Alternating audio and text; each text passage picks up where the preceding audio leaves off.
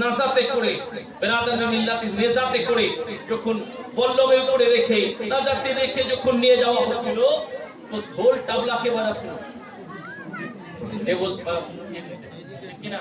কিন্তু আমরা বলতে চাইবো ওলামায়ে কেরাম বারবার হাজারো বার বলছেন যে মুহররমে যখন চাঁদ উঠে যাবে अगर हुसैनी हो जो हुसैनी है वो ढोल नहीं बजाएंगे तो क्या करेंगे।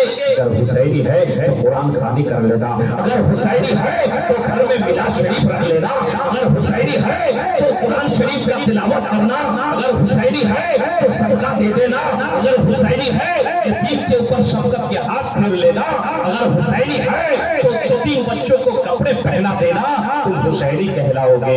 हुसैनी ये नहीं कि ढोल तबला में तुम दीवाने हो जाते हो। अल्लाहु अकबर अल्लाहु समाद। बिरादर मिल्लत इस्लामिया हजरत इमाम हुसैনের যদি চাহনে वाला হয়ে থাকি তাহলে ওনাদের যেই সময়টা যেই তারিখের মধ্যে কারবালার সময় চলে আসছে, তারিখ চলে আসছে, আপনাকে আমাকে কোরআন শরীফ পাঠ তেলাওয়াত করতে হবে, মিলাদুন নবী করতে হবে, ফাতিহা করতে হবে, আপনাকে আমাকে বেশি করে দান করতে হবে। নাকি আপনারা আমরা ঢোল বাজাবো না, আপনারা আমরা ঢোল বাজাবো না। বিরাদার আপনি আমি কোরআন শরীফ তেলাওয়াত করব, তবেই ওনার দিওয়ানা হব। বিরাদার মিল্লাত ইসলামিয়া চলুন আপনাদেরকে বুঝিয়ে নিয়ে আসি। হযরত ইমাম হুসাইন রাদিয়াল্লাহু তাআলা শহীদ হয়ে গেলেন। খুলি বিন জিয়াদ বিরাদর মিল্লাত ইসলামিয়া সরখানা নিয়ে সরি মুবারক খানাকে নিয়ে ইবনে জিয়াদের কাছে এইবার ইয়াজিদের কাছে পৌঁছাবে। বন্ধুরে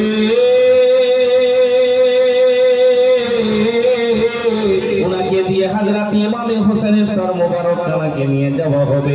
বাকি বিরাদার যারা শহীদ হয়েছেন কারবালার মধ্যে তাদের লাশ কান ওই জায়গার মধ্যেই পড়ে থাকলো।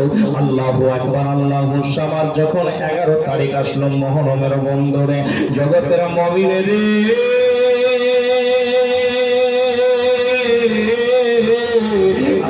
ইমাম হুসেনের সন্তান হযরত জাইনুল আবেদিন নাম শুনেছেন কিনা বন্ধু? জাইনুল আবেদিন রে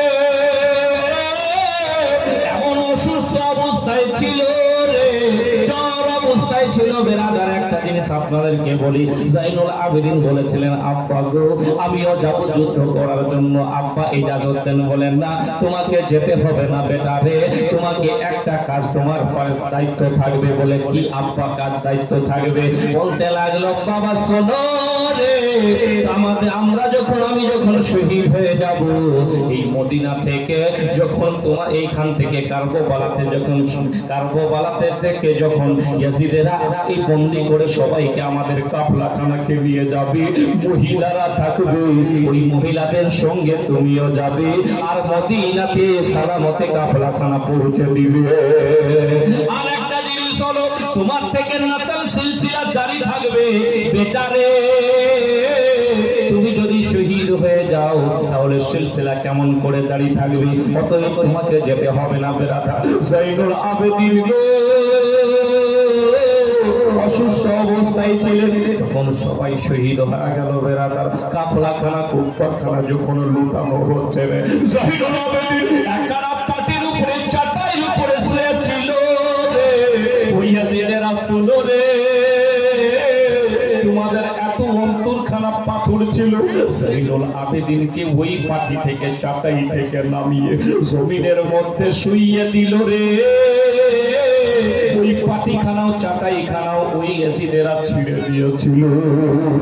আল্লাহু আকবার আল্লাহু সামাদ। জগতের সোনা বন্ধুরা আমার বাপ চাচারা টুক টুক টুক করে সময় গুজরাই 11 তারিখে এদিকে সারে মুবারক খানা হযরতে ইমাম হুসেন রাদিয়াল্লাহু তাআলা আন বিরাদার মিল্লাত ইসলামিয়া নেজার উপরে নখের মধ্যে লাগিয়ে নিয়ে যাচ্ছে। ওই মাথা থেকে ওই কাটা সার মুবারক থেকে হযরতে ইমাম হুসেনের আওয়াজ আসতে থাকছে, यजीदियों हुसैन कल भी ऊंचा था आज भी ऊंचा है, तुम कल भी नीचा था आज भी नीचा हो। अल्लाहु अकबर अल्लाहु सबात। बिरादर ने मिल्लत इस्लामिया করে নিয়ে চলে যাচ্ছে। জগতের সোনার টুকরা আমার বাপ চাচারা, কি বলবো দুঃখের কথা। 11 তারিখ যখন হলো বেরাদার শাহ আরো অন্যগুলা যে লাশগুলা কারবালাতে শহীদ হয়েছিলেন, 11 তারিখের মধ্যে সেই বেরাদার এইবার কাফলাখানা লুটানো হলো। ইয়াজিদের কি বলছে লস্করেরা সবাইকে বন্দী করে নেওয়া হলো। জৈনবের হাতে হাত করে লাগিয়ে দেওয়া হয়েছে। আল্লাহু আকবার, আল্লাহু সামাদ। ঘোড়ার পিঠে চেপে নেওয়া হয়েছে জৈনুল আবেদিন। আল্লাহু আকবার। উনাকে বেড়ি লাগানো হয়েছে, হাত কড়ি লাগানো হয়েছে, এমন হাত কড়ি লাগানো হয়েছে গলার মধ্যে এমন বেরাদার মিল্লাত ইসলামিয়া লোহা লাগানো হয়েছে। জৈনুল আবেদিন এত অসুস্থ অবস্থায় ছিলেন, বেরাদার জ্বর অবস্থায় ছিলেন, তার কবরখানা হেলে যাচ্ছিল, বেরাদার ভালো করে চলতে পারত না। জগতের সোনা বন্ধুরা আমার বাপ চাচারা, এদিকে হযরত ইমামে হুসেনের সর মুবারক খানা ইবনে জিয়াদের কাছে ইয়াজিদের কাছে পৌঁছে গেছে। আল্লাহু আকবার, আল্লাহু সামাদ। যেমনি পৌঁছে গেছে, ও জগতের সোনা বন্ধুরা আমার বাপ চাচারা, ইয়াজিদ বলতে লাগলো, শোনো রে, এই সরকার